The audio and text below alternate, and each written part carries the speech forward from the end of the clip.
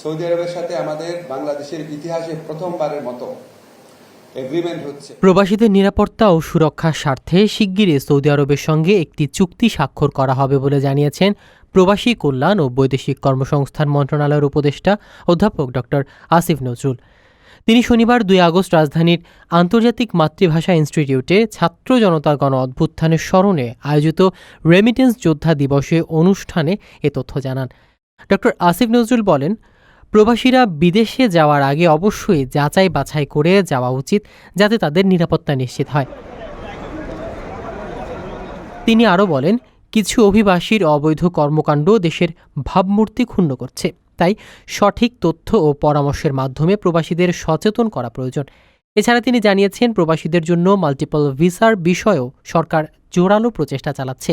উপদেষ্টা ডক্টর আসিফ নজরুলের এ উদ্যোগ প্রবাসীদের জন্য নতুন সুযোগ ও সুরক্ষার পথ খুলে দেবে বলে মনে করা হচ্ছে।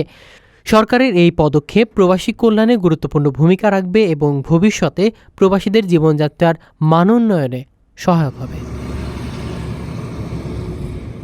প্রিয় প্রবাসী, আপনার নিরাপদ ভবিষ্যতের জন্য অর্ধেক দামে আজই ফ্ল্যাট বুকিং করুন।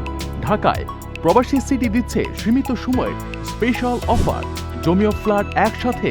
যোগাযোগ করুন স্ক্রিনে দেওয়া নম্বরে।